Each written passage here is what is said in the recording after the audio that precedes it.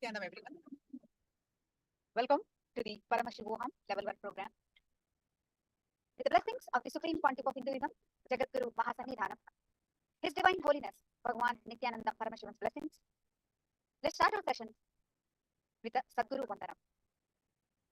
Nithyanandam Paramasugatam Kevalam Jnanamurtim Sandvaditam Gaganasadrisham Tattvamasyadilaksham Ekam Nityam Vimalamachalam Sarvadi Sakshibhutam Bhavaditam Trigunarahitam Satgurum Tam Namami.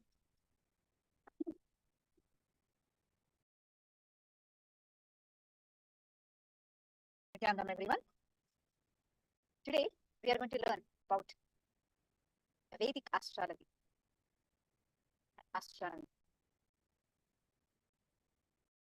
We need to learn how that Vedic astrology helps us live blissfully, helps us resolve the problems. It's one of the greatest signs from Sanatana Hindu Dharma. And Swamiji has explained various powerful teachings about the Vedic astrology. The moment the consciousness enters into our body, the energy level of the cosmos at the time of our birth, gets printed in that consciousness.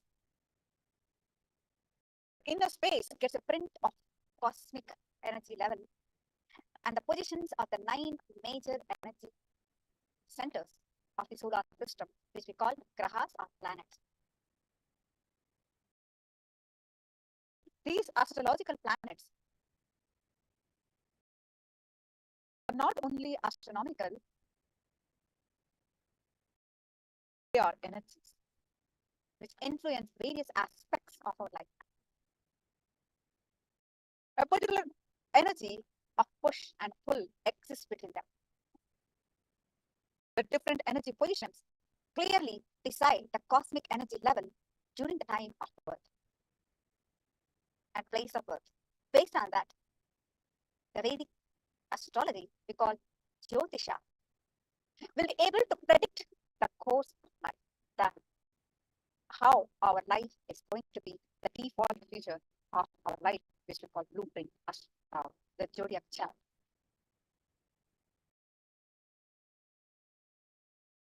We are default, we do not do anything about it. But understand, not exact incidences, but you have the freedom to change them, alter them. You have freedom to decide whether you sit and experience what is your destiny or change it.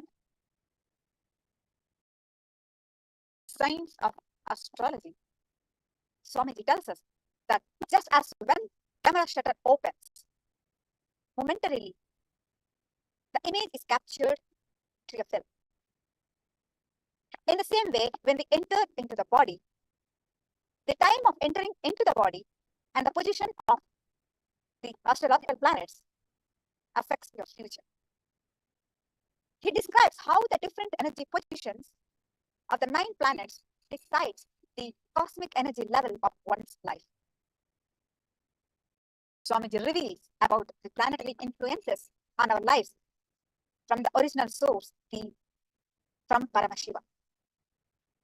He reveals for the first time his experiences with Arunagiri Yogeshwara, how Paramashiva's incarnation, Arunagiri Yogeshwara, taught Swamiji the astrology. He reveals the science of astrology and says, Swamiji says, your unmanifest is programmed to fall in love with the highest goal of your system. When you allow that to happen, beyond your understanding, rationality, to manifest powers, shaktis. With this cognition, when you approach the planetary influence with humanity, the planets will support you and lead you to the state, space, and powers of being Paramashivoham. Today, you are all going to learn about the Vedic astrology, many important, powerful cognitions as revealed by our beloved Swamiji, which helps us plan our future, plan our life. So let's start our session. Our sessions are based on the Vedic astrology.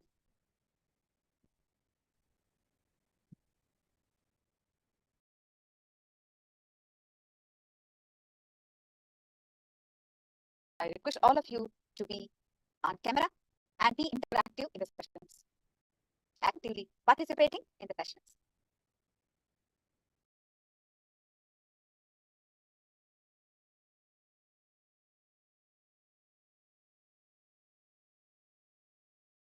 Learning so many basics from today's sessions without delay. So let's start our sessions. Our next Acharya is here to lead us to the Vedic astrology basics.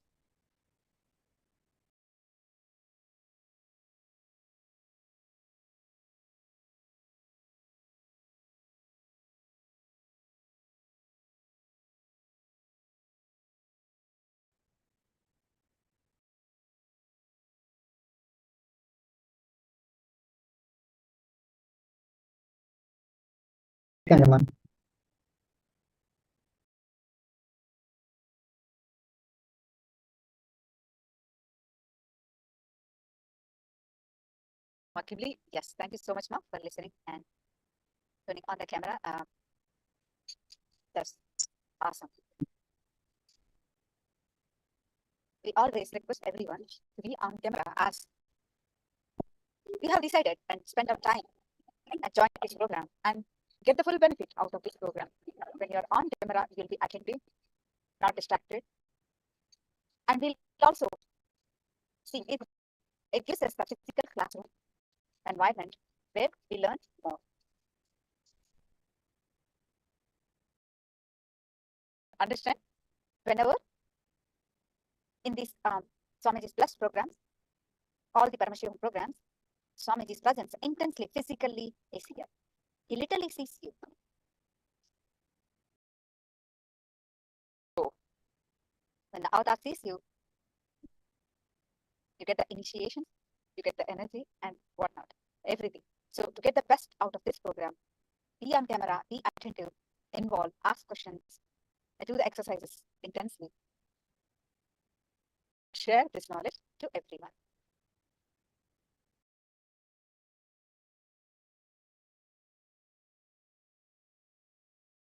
Any questions, please?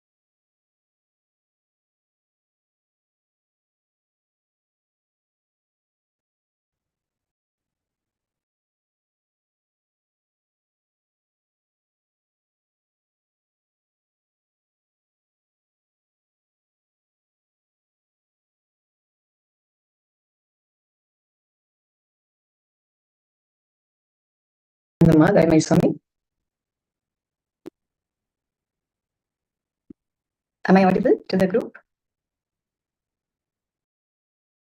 Nitya Guru Prasadini, can you please confirm? Can you hear me?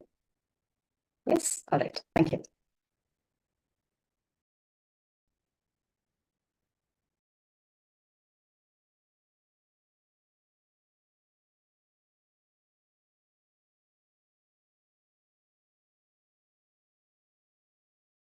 All right, Nithyananda, everyone. Requesting all the participants to please sit straight. Let's begin the Gnana session in Paramashivoham. For the very first time in Paramashivoham Level 1, we will be learning about the Vedic astrology. So, a special gift to this group of Paramashivoham Level 1 participants. We're all blessed to get the understandings about the higher lokas, the planetary positions, and how to utilize all of that knowledge and live your life better. seamlessly. So are you all excited? Shall we get started? Yes, please sit straight with your head, neck, and spine in a straight line. Hands together. In Atmanjali Mudra, we'll begin with the Sadguru Vandanam. Nithyanandam Paramasukhadam Kevalam Jnanamurtim Dvandvatitam Gagana Sadrusham Tattvamasyanilaksham Ekam Nityam Vimalamachalam Sarvadhi Sakshi Bhutam Bhavatitam Trigunarahitam Sadgurum Tam Namami.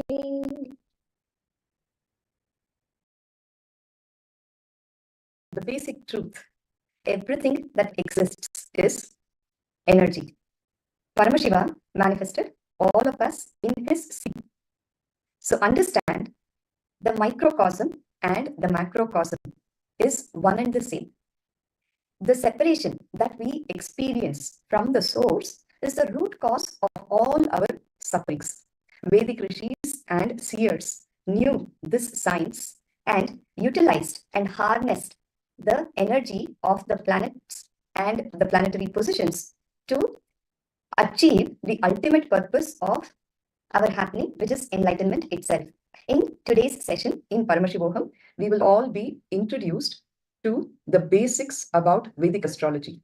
And also through the course of the day, we will learn about how we can use this knowledge to lead a beautiful life, which is oriented towards achieving the very purpose of our happening. Welcoming all of you to Vedic astrology, the teachings from Kailasa by the Supreme Pontiff of Hinduism, Jagadguru Mahasanidhanam, His Divine Holiness Bhagavan Sri Nithyananda Paramashivam.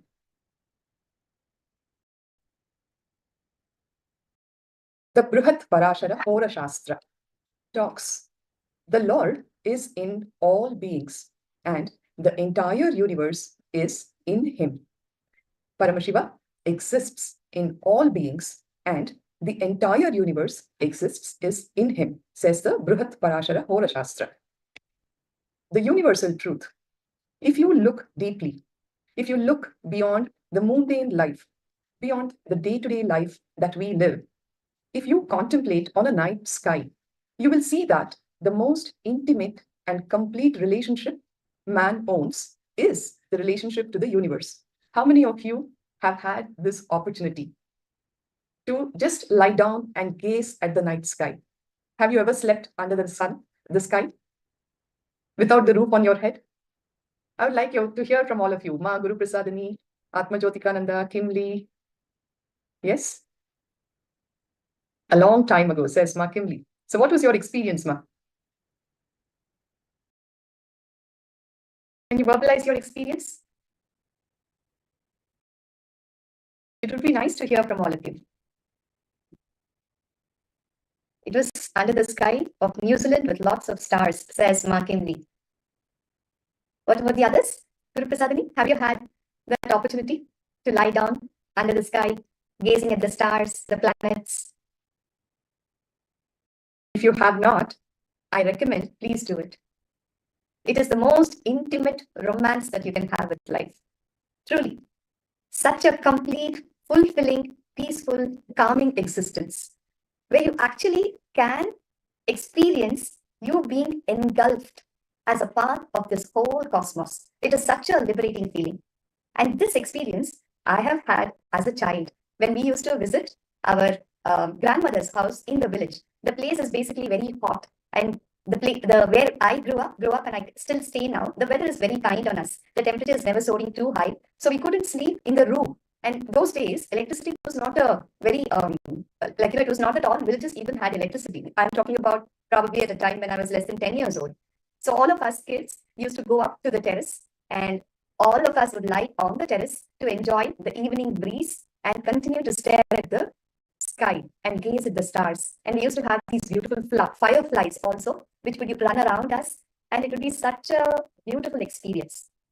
Rightly so, Bhagavan is saying about how you will see that it is the most intimate and complete relationship that man owns is the relationship with the universe itself.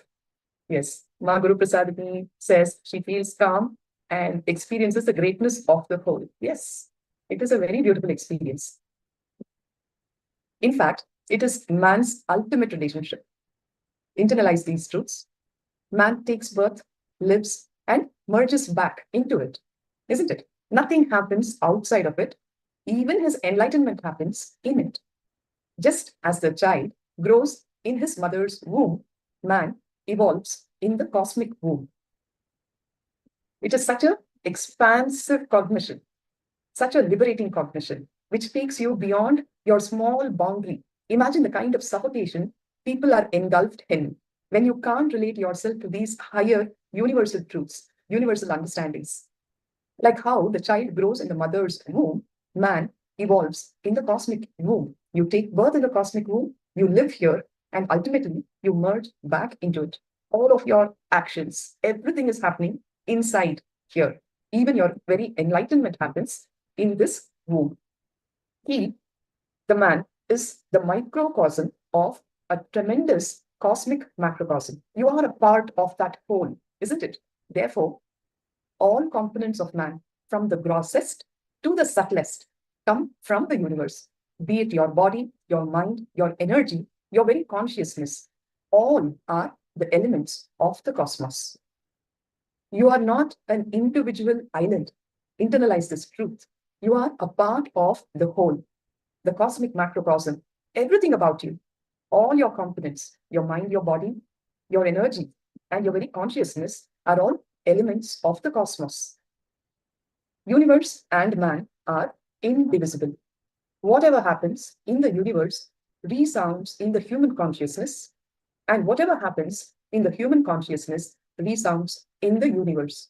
Both are unique consciousness. Whatever is happening here is going to have an impact out there. Whatever is happening out there is going to have an impact here. That is how indivisible we are from the universe.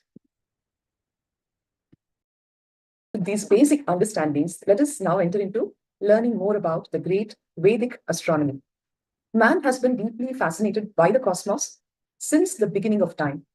The early cultures worked on understanding the phenomena that happen in the sky. They observed them in order to understand what role the sky played in their lives. And from these attempts, the science of astronomy was born. Okay, I have more people logging in. Nithyanandam, Bengzin, Nithyanandam, Saif, Ali. All right. Nice to have new people logging in to a very interesting topic today on Vedic astrology. Yes, we're talking about how this whole science took shape. From the very beginning of time, man has been deeply fascinated by the cosmos and started working on understanding the various phenomena that happen in the sky and what role that played in their lives. And it is with these attempts that the science of astronomy itself was born. In this field, the ancient Vedic contribution is well known to all of us. The earliest references to astronomy are found in the Rig Veda, which are dated way back to 2000 BC. Please understand, at a time where the rest of humanity was still struggling with the basic necessities of life, like food, clothing, shelter, the Vedic civilization worked on all of these great truths. And the references to astronomy have been found in Rig Veda way back to 2000 BC. Also, around 500 BC, Aryabhatta, a great astronomer, presented a system that showed the Earth to spin on its own axis, revolving on its own axis, and also considered the motion of the planets with respect to the sun. The concept of the phenomena of revolution and rotation were all well documented by this great astronomer. He also discovered how the lunar and the solar eclipses occur, and he was the earliest to discover that the orbits of the planets around the sun are ellipses. Right? We all know this now as science students, that the orbit is not a circle, it is an ellipse. All of this was documented way back in 500 BC by the great astronomer Aryabhatta, which was also concluded thousands of years later by the scientists like Galileo and Copernicus. Aryabhatta even determined the diameter of the Earth to be 5,000 yojanas, which is approximately 36,000 kilometers, which now, with all the technological developments that have happened in the field of science, we know this to be very close to the actual figure.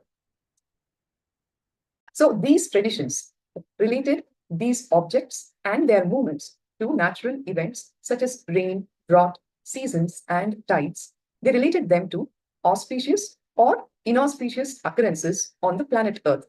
They studied the effect of these objects and their movements on the various happenings on the planet Earth, which is related to our very survival, whether it is what time it's going to rain or a seasonal change, the drought that happens. Not only that, to various auspicious and inauspicious occurrences on the planet Earth. Jyotishya is the science of Vedic astrology. This took birth out of all the various observations and perceptions based on these astronomical phenomena.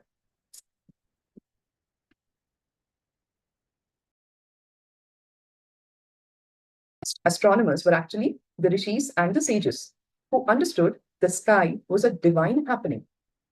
They identified celestial objects with energies and gods and connected astronomy to astrology.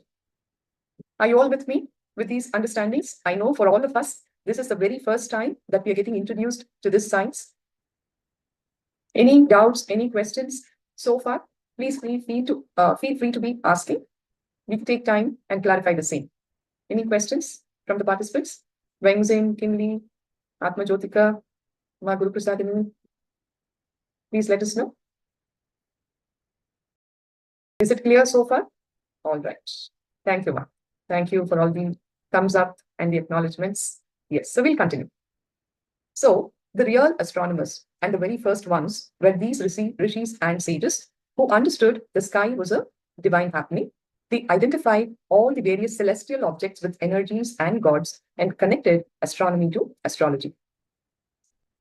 Astrology manifested in the inner vision of the ancient sages and rishis of India.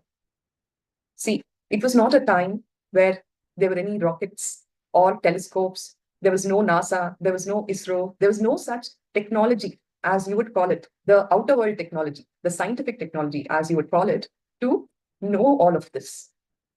But still, very precisely, very accurately, these rishis and sages have documented it all because of their inner vision, the power of their awakened third eye, the almanac, which was written, I don't know how many thousands of years ago, predicts very precisely the various astrological cosmic happenings even today. All of that was predicted long ago, many, many thousands of years ago. And it is so accurate. When you look back into the Vedic almanac, whatever the science is predicting now, they have already predicted, whether it is the happening of the supernova, whether it is the happening of a particular meteor striking the planet, right? The various constellations at different points in time. All of that has been seen by the third eye of these sages and rishis. These yogis and enlightened beings were able to see beyond the realm of names and forms. They could feel and express the subtle reality that exists behind all these cosmic phenomena. As such, they perceived the primal powers of cosmic intelligence in the planets and the stars, the macrocosm, and the beauty of it, worshipped the cosmic powers within themselves, the microcosm, and as powers of their being. I repeat, this is a very powerful cognition that we need to internalize. They perceived the primal powers of cosmic intelligence in the macrocosm, the planets and the stars, and also worshipped the cosmic powers within themselves, the microcosm, as powers of their being. The first astronomers were actually these rishis and sages. By concentrating intensely on the sun and other planets, they understood the movement of the life force in their body. And by meditating on the life force, they also came to understand the movement of the sun and the planets in the heavens. See, all of these understandings have happened in the space of oneness. When they concentrated intensely on the sun and other planets, they understood the movement of the life force in their own body. And by meditating on that life force, they also came to understand the movement of the sun and the planets in the heavens. Through this technique called the samyama, they could unravel the secrets of the universe. Are you all with me with these understandings? Nithyanandam, Gauri Shankar, Mari Muthu.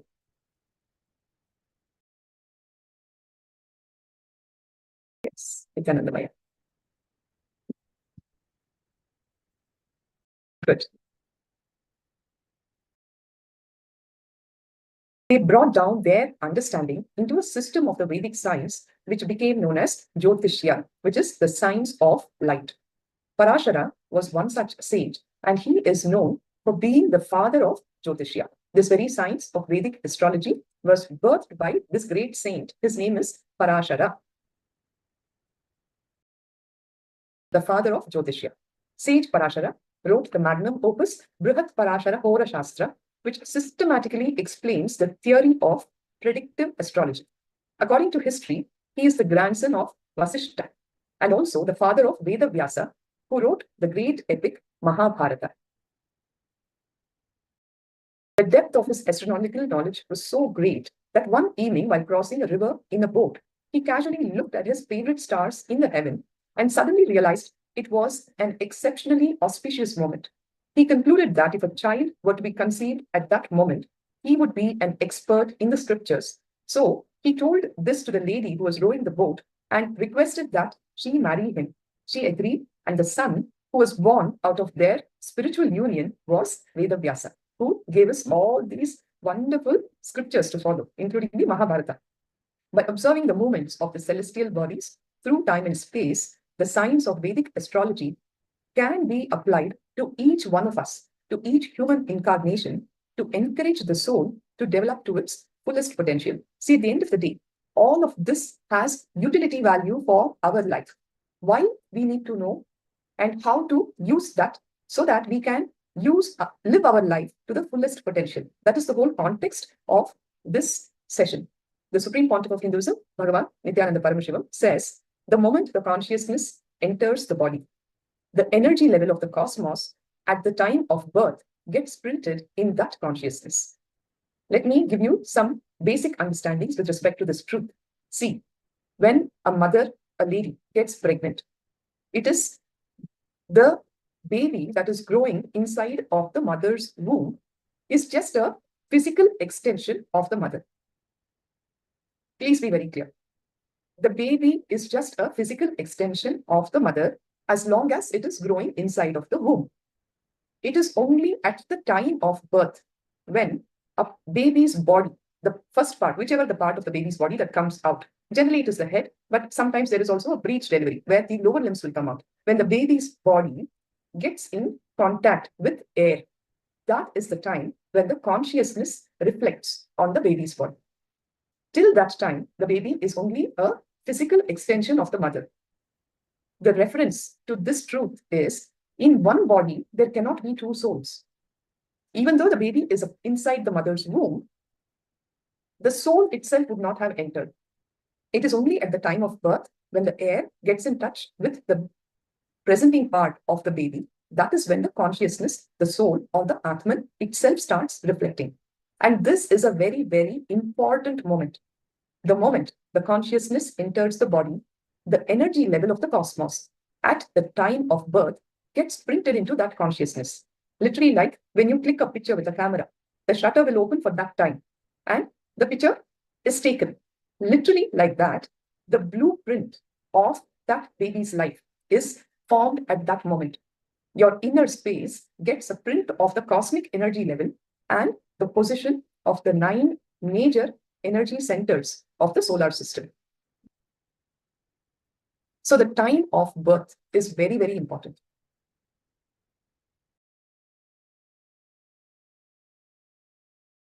Astrological planets are not only astronomical, they are energies. A particular energy of push and pull exists between them. The different energy positions clearly decide the cosmic energy level during the time of birth. It is based on this that Jyotishya will be able to predict the course of life. Are we all clear with this understanding? How it is important? The time of your birth, the cosmic energy at that time is going to become the blueprint of your life. The astronomical constellations, all of that will impact how your life course will be. Okay? And that is why from traditional Hindu background families, when the baby has to be delivered by a cesarean section, generally they go to the astrologer and they will get a good day and a good time for the baby to be coming out. And the operation will also be performed at that hour so that you can utilize the benefit of this science. Are we all clear? Okay. Nithyanandam Shri Nithyalingo Bhavanaya. See, the moment this is said, sometimes people fall into powerlessness. Oh my God, everything about my life was already decided at that point of time. Bhagavan is saying, understand, not exact incidences. All of that is not decided by the time of your birth. You have the freedom. Like how you have the freedom whether to sit here or not, listen to me or not, to read this or not. Like that, the major course of life, whether you will get enlightened or not, can be predicted by the time of your birth. Principles can be predicted, not policies. Having an idea about your horoscope basically will give you the intelligence and the acceptance in your life.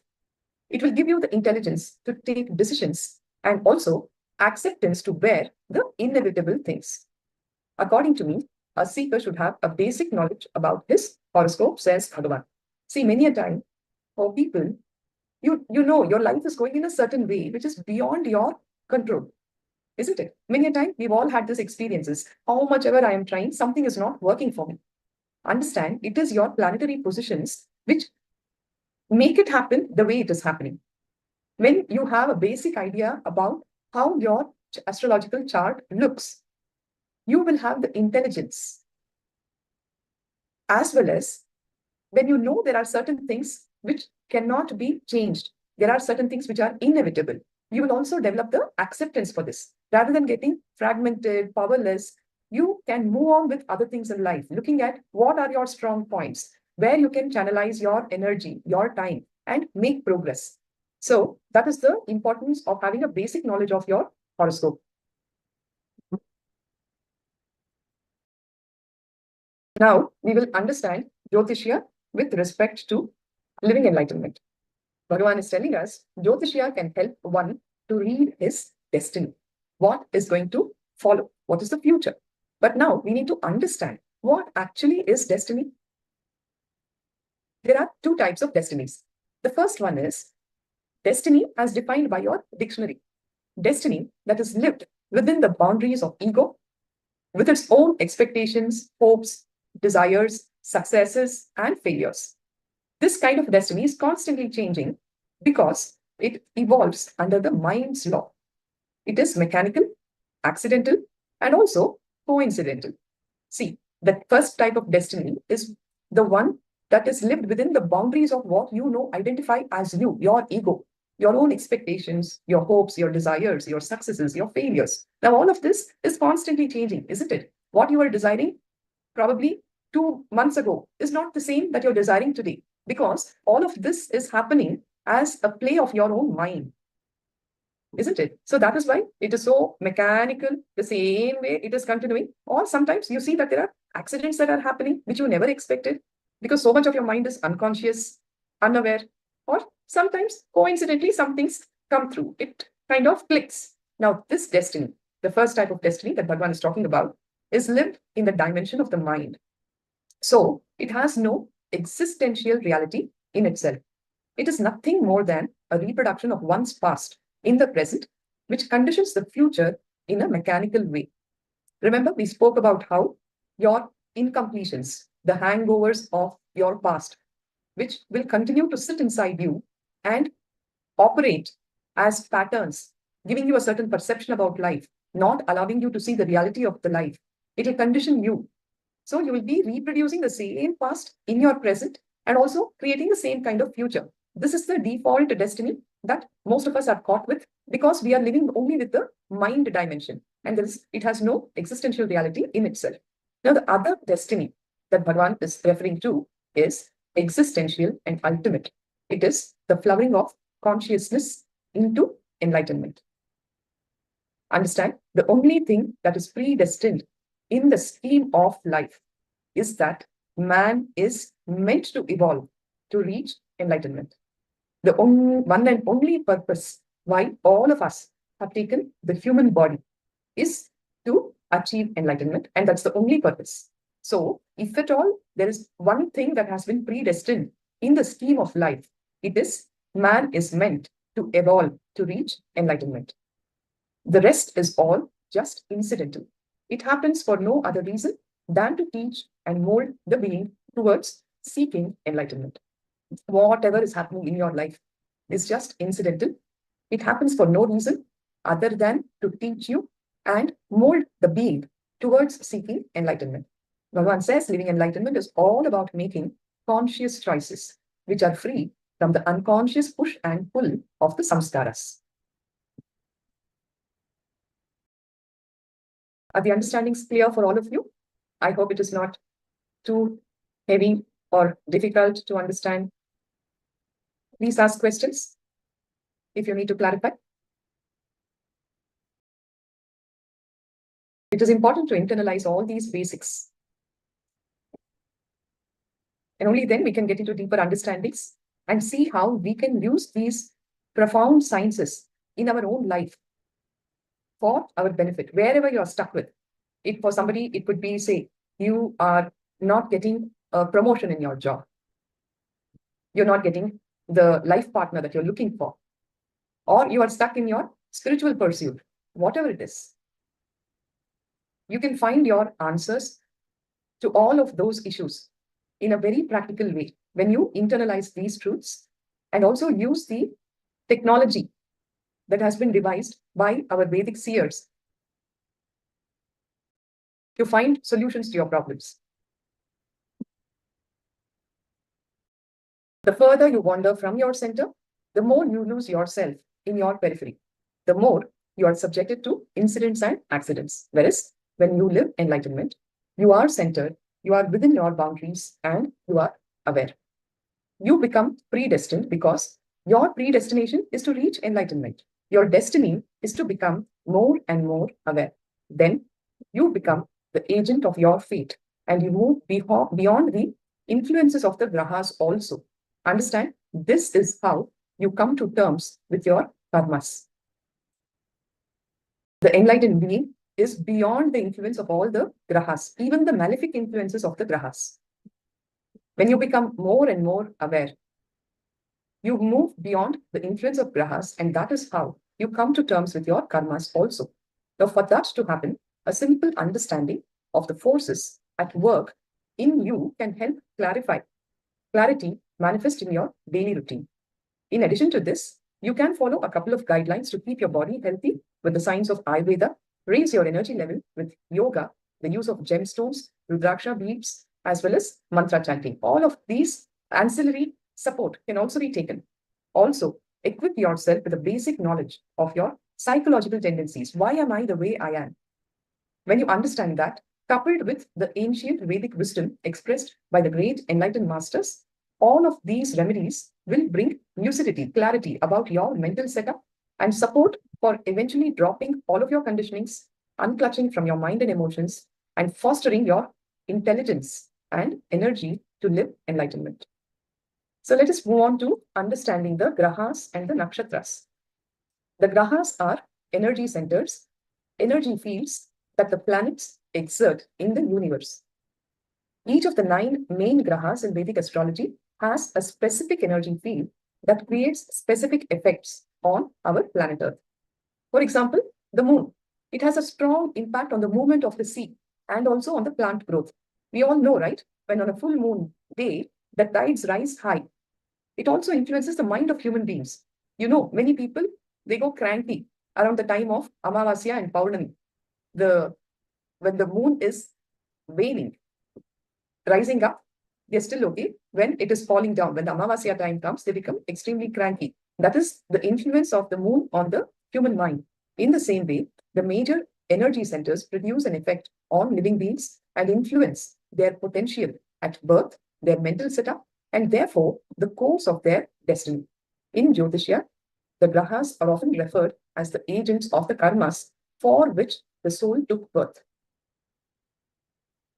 Understand, human personality and life have their counterparts in the structure of the cosmic physiology, represented by the grahas and the nakshatras. There are 9 grahas, 9 influences planets in our solar system. We all know.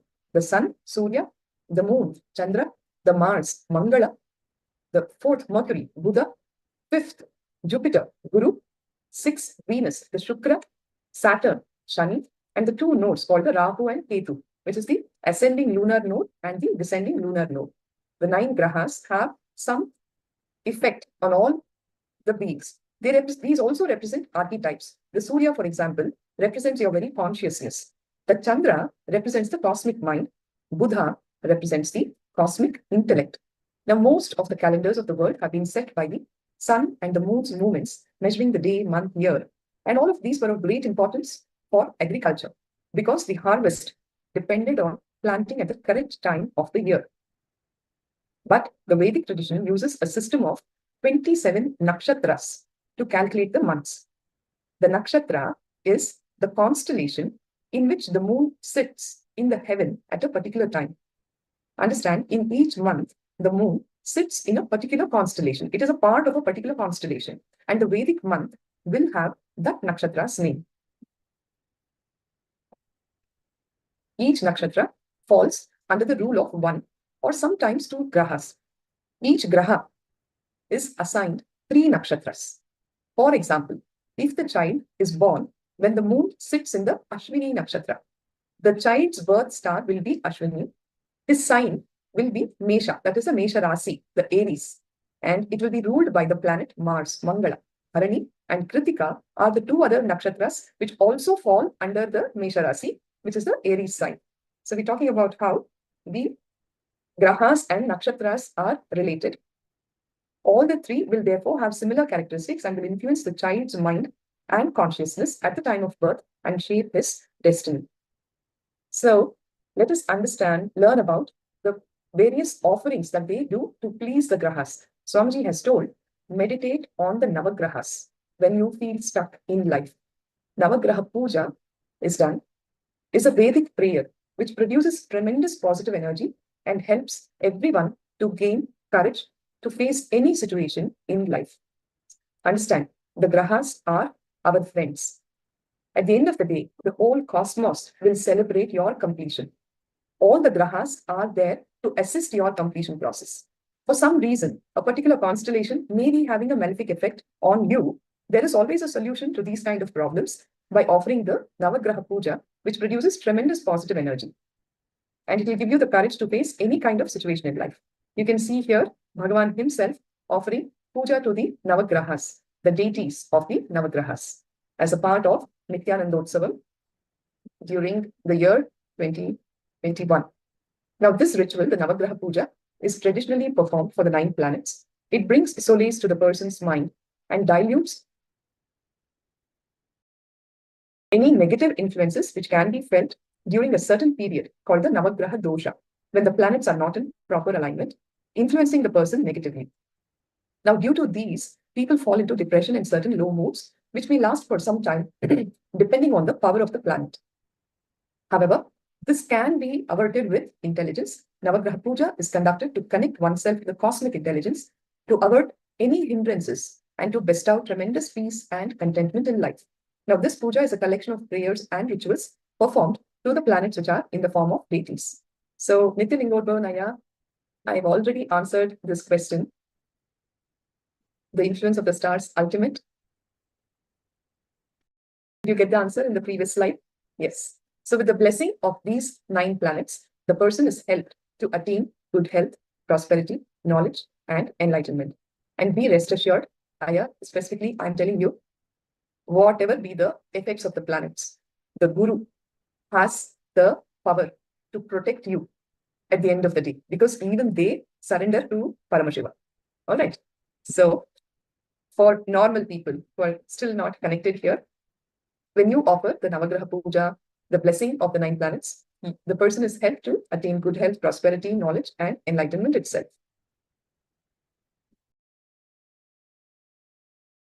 Now, we will talk about Navagraha Homa. Homa is a fire ritual and an intense spiritual practice which becomes a powerful meditation technique when it is performed with devotion. During Homa, one invokes the cosmic energy and visualizes it in the fire, and offerings to the planet deity through the fire are made at the same time. You can see the fire of the offerings made into the fire in the master's presence. And this was a very huge homa that was performed in Adi Kailasa Bidadi that went on for more than 2 days. When this homa is done as a personal spiritual practice, the energy is brought from the nirvanic layer to the physical layer of the body through all the subtle energy layers, healing the person and raising his level of energy, allowing him to transform his destiny. So the various practices, the Vedic practices of puja, the rituals of performing homa, can all abate the malefic effect of any kind of planetary positions. Above all, the blessings of the master will heal the person and raise his energy level, allowing him to transform his very destiny. So I guess that will all be about the introduction to Vedic astrology. Any other questions? Now is the time to ask.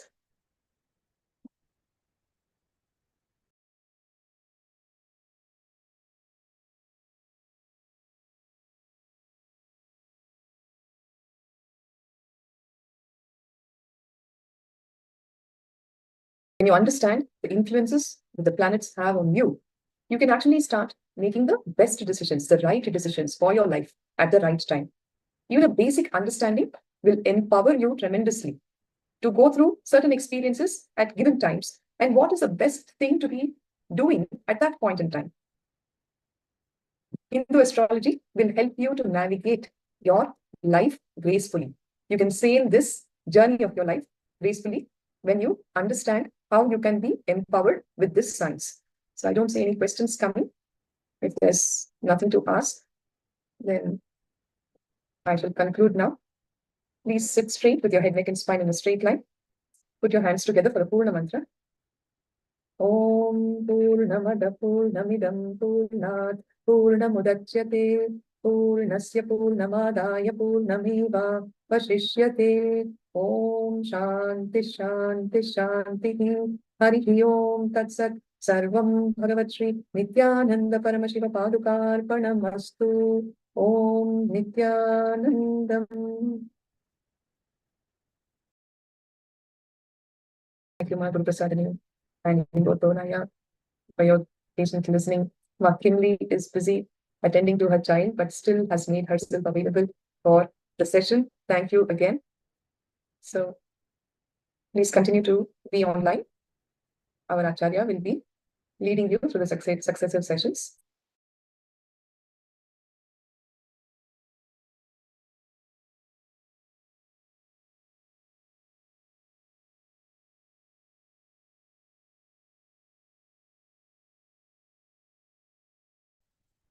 Nithyanandam, everyone. I hope you are enjoying the Vedic astrology. Now, let us start our sessions with manifesting the third eye power. So please post your powerful cognitions from Living Enlightenment book. Let's start with the third eye power manifestation.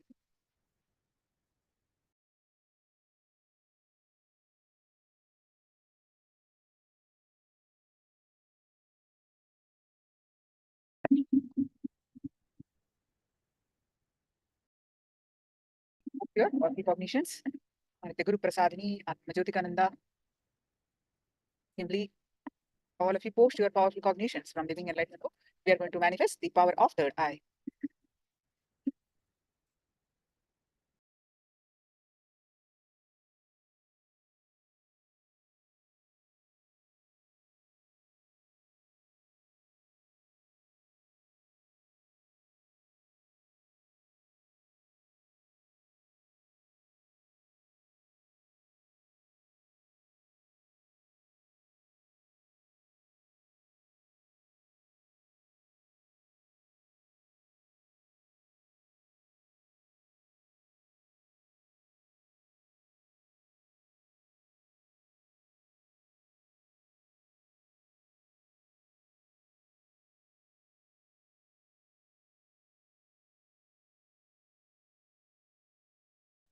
Now, please sit straight with your head, neck, back straight line. Let's start with the third eye power manifestation. Please sit straight with your head, neck, back straight line. Visualize Swamiji's palm in your third eye.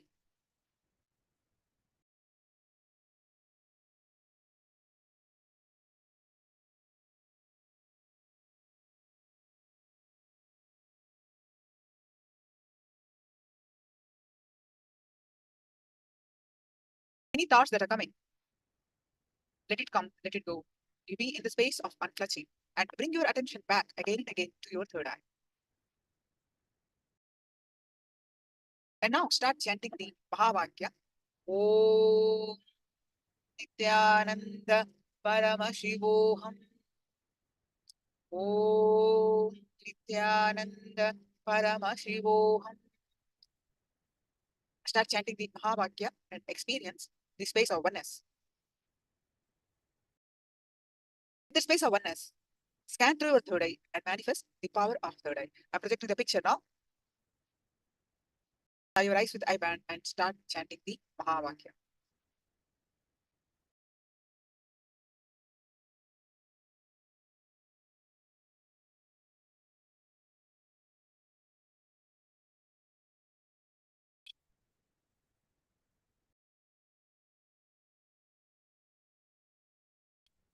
Please close your eyes and look at the picture.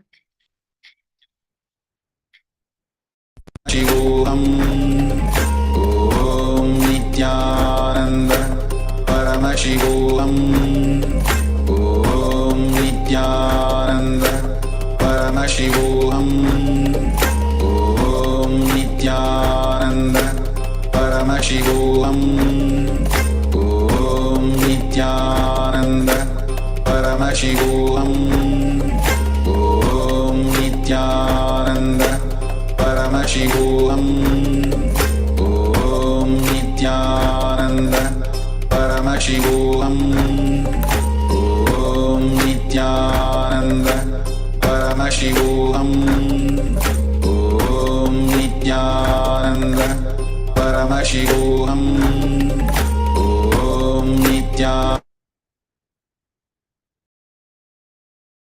Yes, now please go ahead and post whatever your third eye revealed in the chat.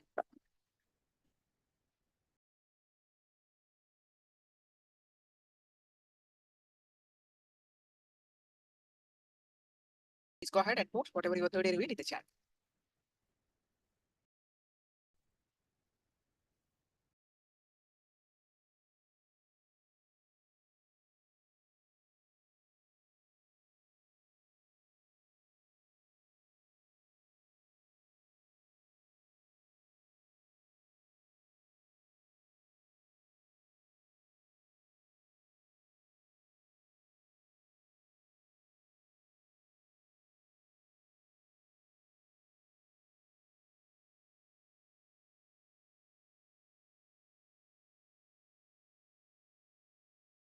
Any others? I've seeing some of your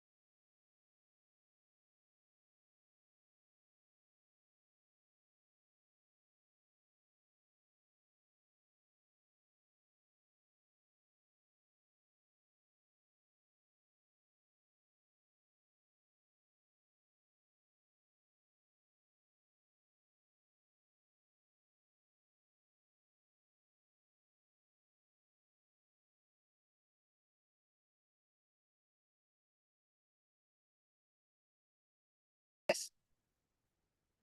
I'm projecting the picture.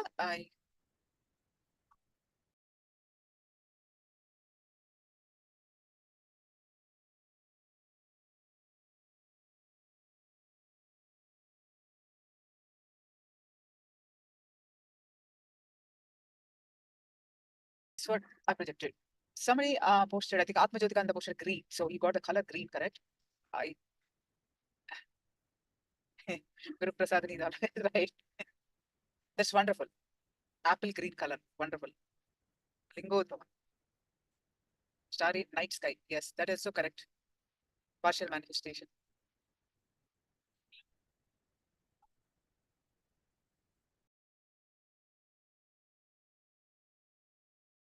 Yes. So now let's move on to our next session, Jnana session. Our next Acharya is here to lead us to the next session.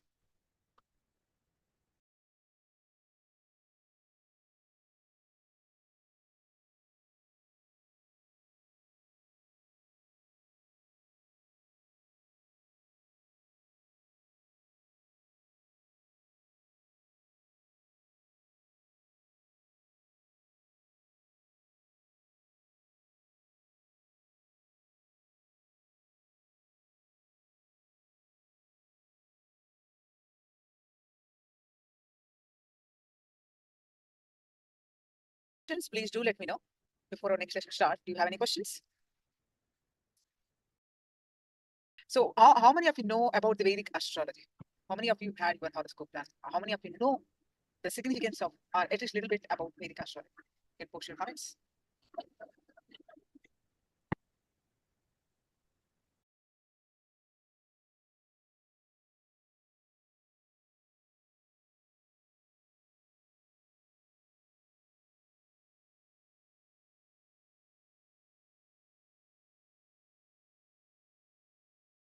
Stars, yes. Planets, actually. Yeah. Anything more?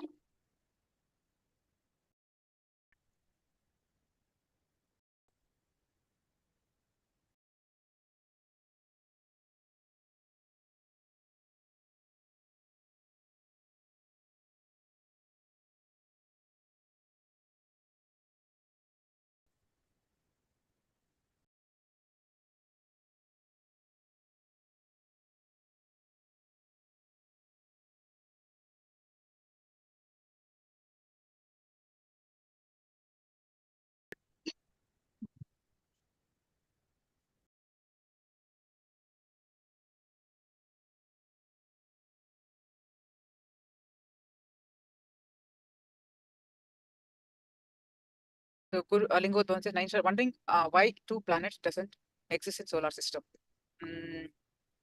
I only know the signs of constellation and some of the characteristics of each represents Guru Prasadini. We can know 7 corresponds with modern science.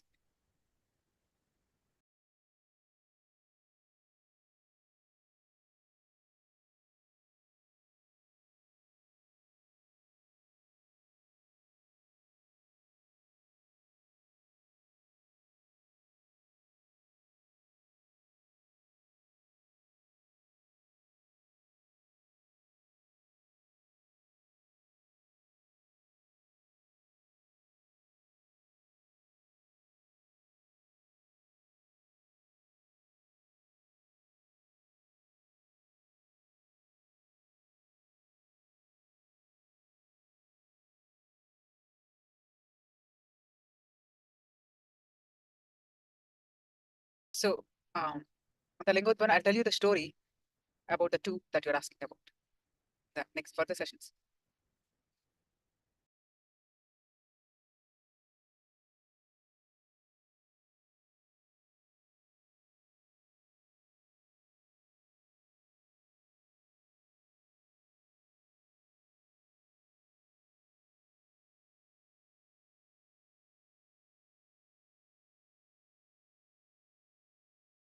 Any other questions? Please do let me know before we moving on to our next session.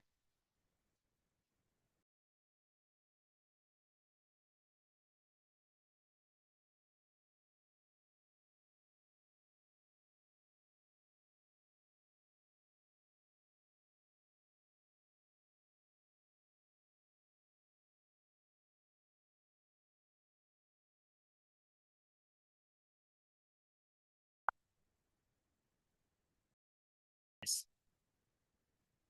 So let's, next Acharya is here for the next session.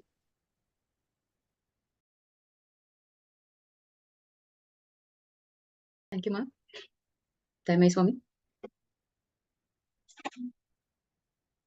Nithyananda, everyone. How are you all doing today? All good? Okay. All of you are doing great. Nice to know that you're all doing great because all of you are receiving energy, isn't it? Immense energy from Bhagavan, which keeps you all going the whole day and night as well. I know it is late for all of you, for most of you, but still you are taking time to be here, to rejuvenate yourselves and to upgrade yourselves with all the powerful truths and very powerful revelations given to us by none other than the Supreme Pontiff of Hinduism, Bhagavan Nithyananda Paramashivoham. Now, let us begin this session with the Sadguru Vandanam. Please sit with your head, neck, and spine in a straight line as we chant the Sadguru Vandanam. Om Nithyanandam Paramasukhadam Kevalam Jnanamurtim Dvandvatītam Gagana-sadrusham Tattvamasyādhilakṣyam Ekam Nityam Vimalamajalam Sarvadhi Sakshibhutam Bhavatītam Triguna-rahitam Sadgurum Tam Namami. I welcome you all with my love and respects. So today's topic is about astrology, the Vedic astrology and Vedic astronomy. We're going to learn more about this topic in this segment, a very interesting segment. Astrology usually arouses curiosity in all human beings.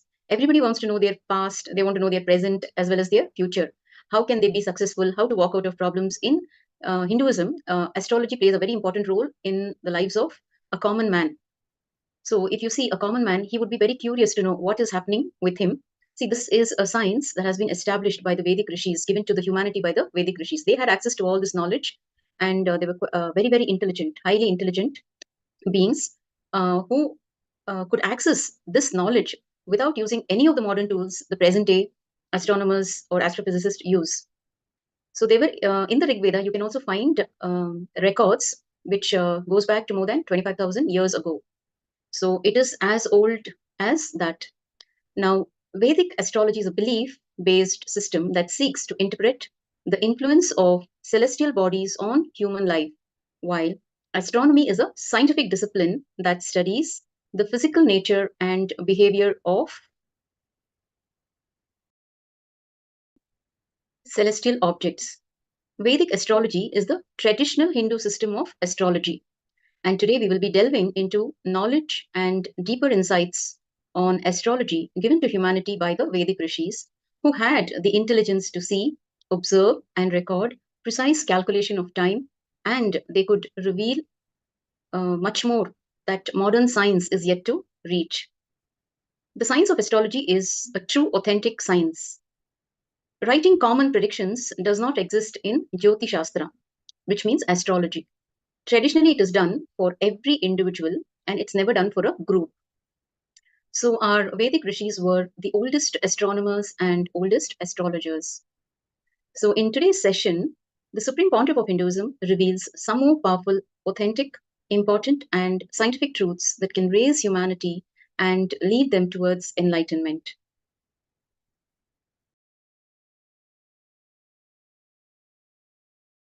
So let's get started. Let's enter into the session.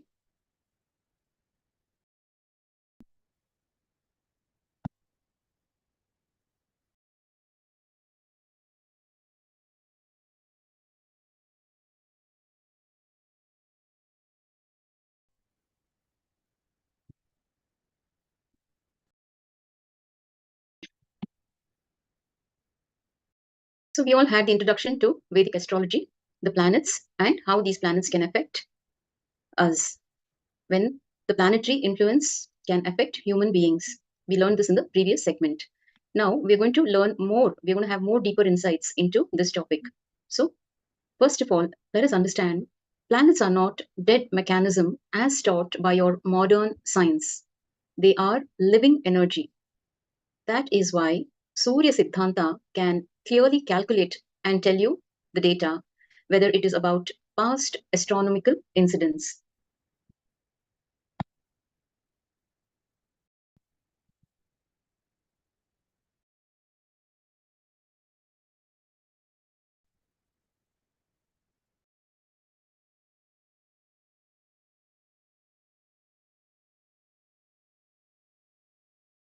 Okay, the Surya Siddhanta recognizes each of these planets as living forces. So the truth that Bhagavan wants to share with all of you is source of matter and energy is consciousness. So Hindu tradition very clearly explains whether planets or you both are centered in consciousness. The Chidambara Paraveli, in the pure conscious Milky Way, which is the source of you or the planets. The modern day psychology, Vedic psychology, modern day medicine, Vedic medicine, modern day physiology, Vedic physiology, modern day cosmology, Vedic cosmology. The difference between these is only one thing. In Vedic tradition, everything is consciousness centered. Please understand, in Vedic tradition, everything is consciousness centered.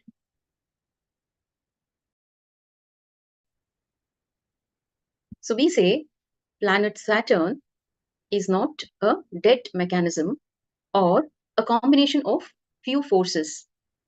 Rather, it is a living, independent intelligence called Shanishwara. Even now, I clearly connected with Shanishwara. After receiving his blessings, I am talking. Shanishwara is a living, conscious, independent intelligence. Brihaspati, or the Guru, he's known as Guru. Brihaspati is known as Guru, is a conscious, independent intelligence. The planet Brihaspati is a conscious, independent intelligence who is the master of the Jupiter planet. The Western cosmology or astronomy considers Jupiter as a planet with little abilities or capabilities, logically analyzable, combination of matter and force together. But in reality, Guru, Lord of Jupiter, is independent intelligence. He can respond to your prayers. He can manifest what you want in your life.